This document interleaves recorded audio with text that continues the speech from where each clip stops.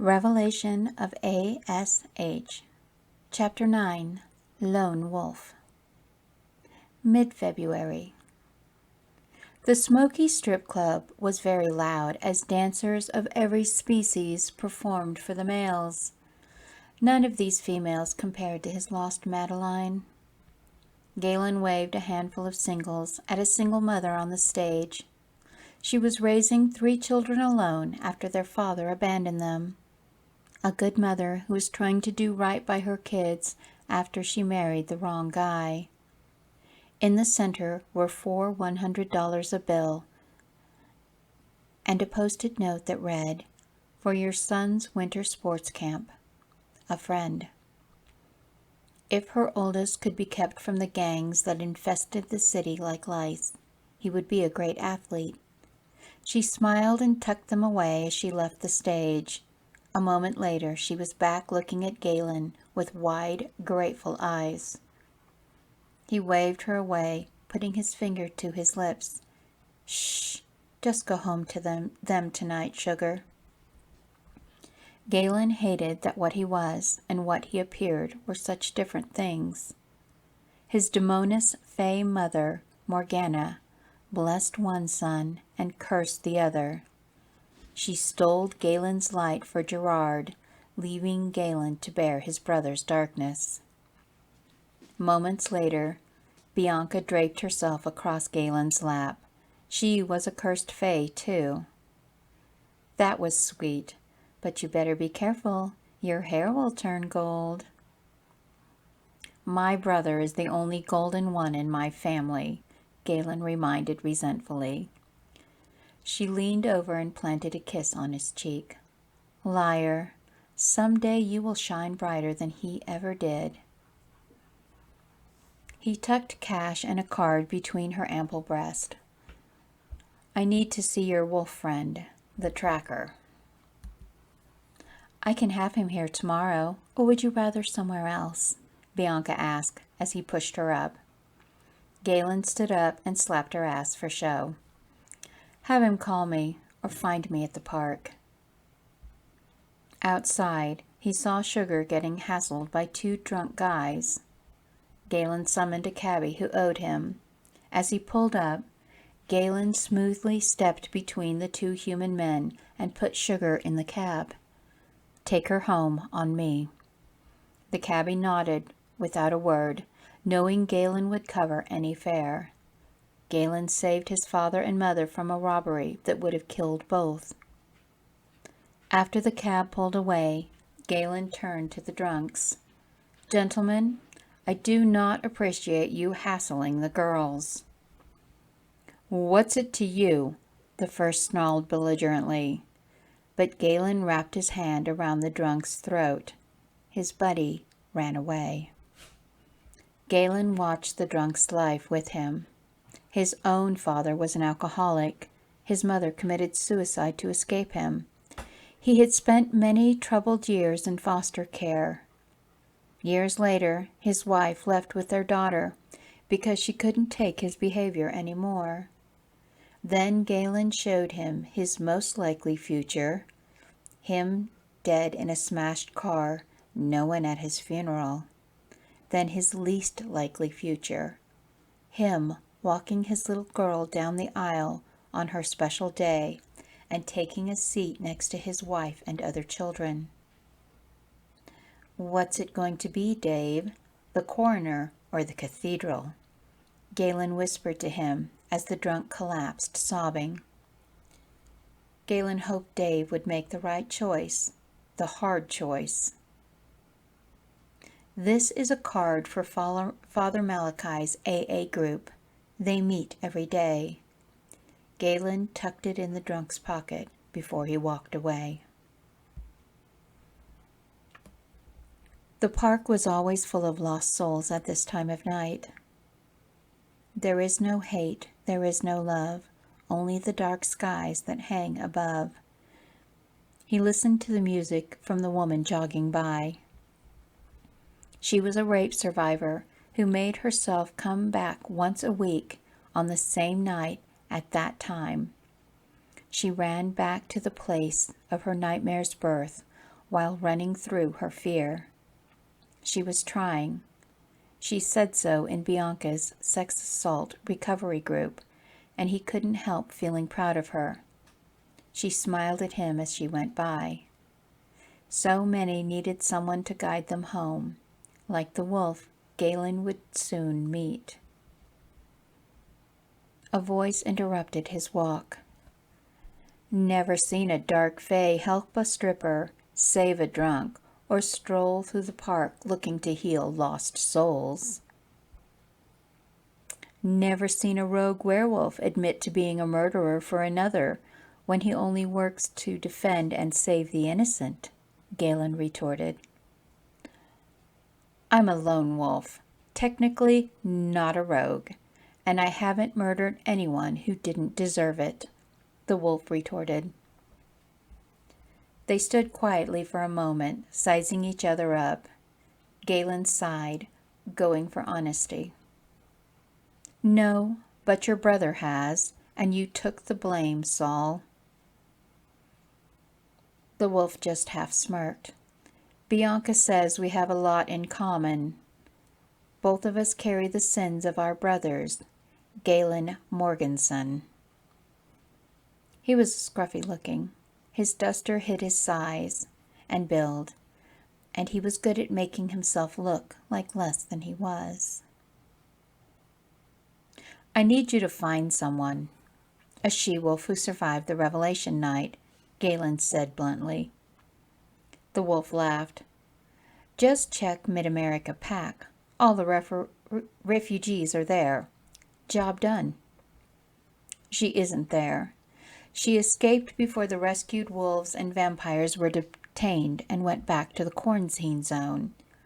She is living there now with a survivors group of wolves, vampires, humans, and a fae in the mountains. Allow her to rescue you, then ask her to take you home to search for your family. I understand Monarch Mountain is beautiful this time of year. Galen held out her picture and a vial of her blood taken at the hospital. The wolf took them. You want me to bring her back? Saul asked as he lit a cigarillo. No, I want you to decide whether or not she is worthy of your protection. Her and her pup. There are others who will seek to harm her, to harm all wolves. Galen let his shaggy dark hair fall over his eyes and shrugged his leather jacket closer in the night air. The chill he could feel was not the weather. It was his soul, and he wondered what evil his dear brother was up to. He needed to leave and find some place where he could scream, so he hurried to finish. She doesn't know it, but she's waiting for you. You're the only family she will accept for now. Teach her to be a wolf. Help her find the truth, Saul, and you will find yours. The wolf looked at the dark fae like he was trying to read his soul, but Galen knew it was not a talent he possessed. Turning abruptly, Galen walked away, and before Saul could catch up, he disappeared into the shadows, as cursed fae often did.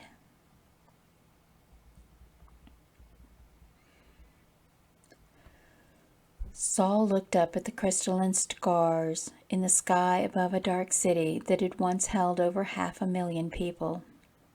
The she-wolf's house was ransacked, her family's bodies tossed carelessly in a corner. Saul carefully rewrapped them and placed them in the garden. Frozen soil mixed with snow covered the remains so shamefully treated. The house was obviously a place of love. He could tell from the pulled-down, broken pictures that once hung on the walls. He collected the surviving images and tucked them in a drawer. Someone very thoroughly searched the place. Humans, 4 of them by the smell. The mattresses were even cut open, and as were all the cushions and pillows. Furniture torn apart, carpet pulled up. The walls were busted open. The 3 cars in the driveway fared no better. Whatever the humans were seeking, Saul had the distinct impression that it wasn't here. He wondered who this woman's enemies were that they would destroy a building. He smelled the bedding in the master's suite. She had been here, slept in her bed since that night. His wolf reacted strangely to her scent, demanding they find her. He was the best tracker in his family, and if she was in the state, his wolf would find her. He shifted from skin to fur. His nose smelled the family, the other dead wolves. 2 wolves he knew that had come too late to save them, a dark fae and a vampiress who both worked for his brother for pay, and the 4 humans most recently. Saul followed her scent trail, the same as the dark fae and vampiress. They led him to a bank. The she-wolf trapped the dark ones in a vault. She took something from 3 deposit boxes, then fled in a car. Saul's wolf smelled something in her house on her shoes. It was aviation fuel. A few miles away, Saul found a car in a hangar that belonged to one of the dead at the bank. He turned, looking at the runway. The cursed fae said she was in the mountains of the quarantine zone. Saul's wolf wanted to follow the interstate south. He howled the hunt and ran into the coming dawn, letting his wolf's nose and intuition guide him.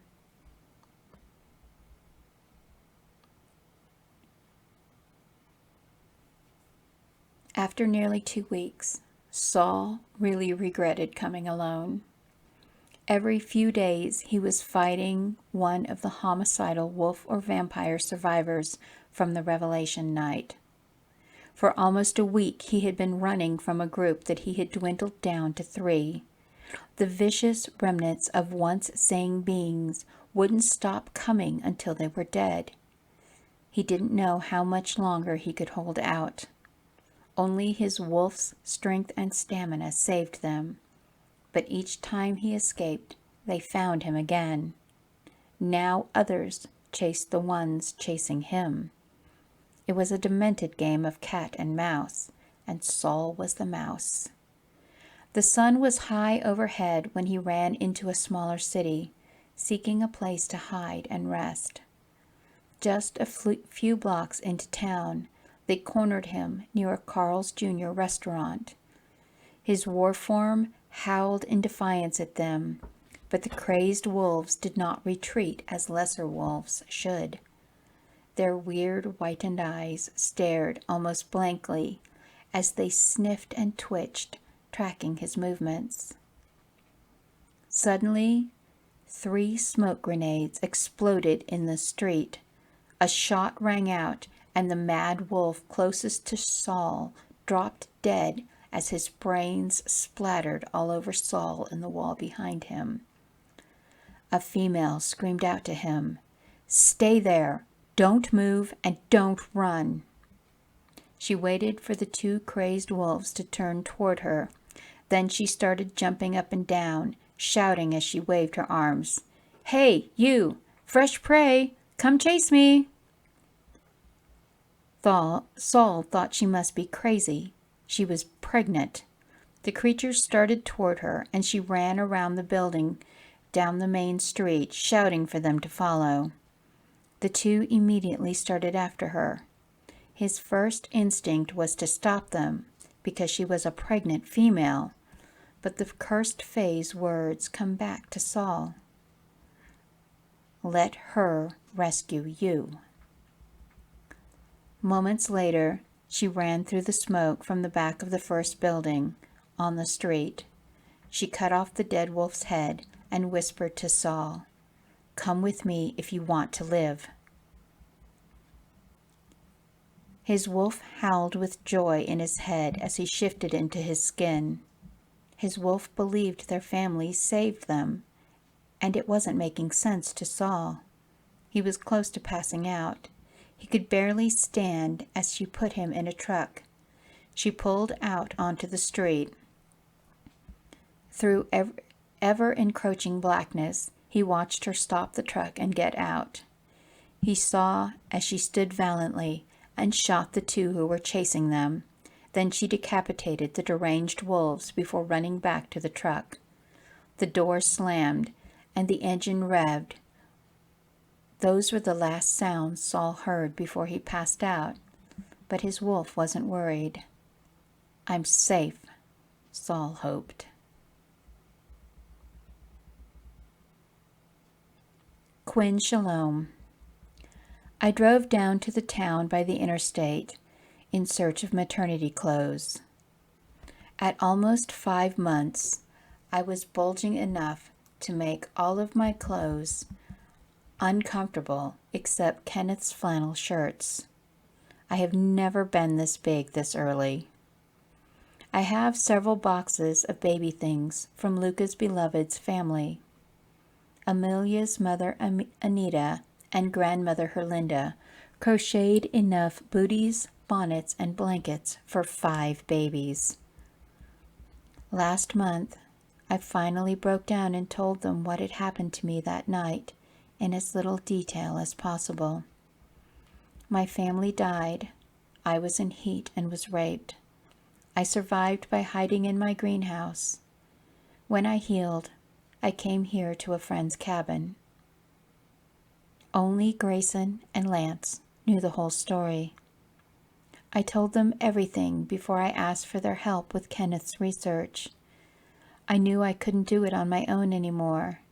They both agreed, and after a month, they came to the same conclusion I did. The A.S.H. formula did not cause the revelation night like the media claimed.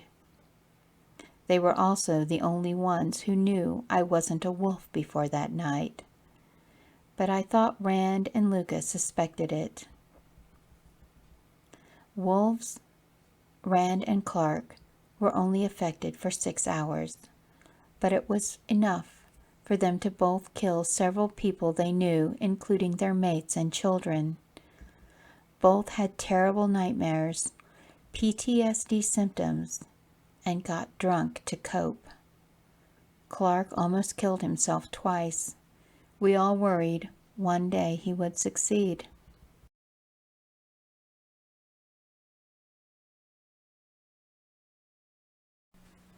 I parked off Main Street. The emptiness of the town disturbed me. We all lived further up the mountains, hidden and secure from the roaming ravers that were making their way down from the cities to the north along the interstate. I cautiously draped several maternity tops and pants over my arm before I grabbed a package of supersized granny panties. I frowned to myself as my wolf mocked me. Most werewolves didn't wear underwear.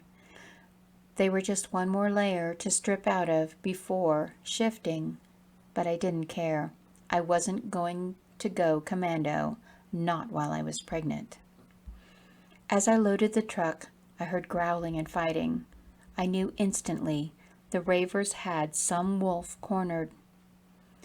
Grabbing the sword Luca taught me how to use, my rifle, and the smoke bombs we used to distract the ravers, I hurried in search of the wolf before it became raver food,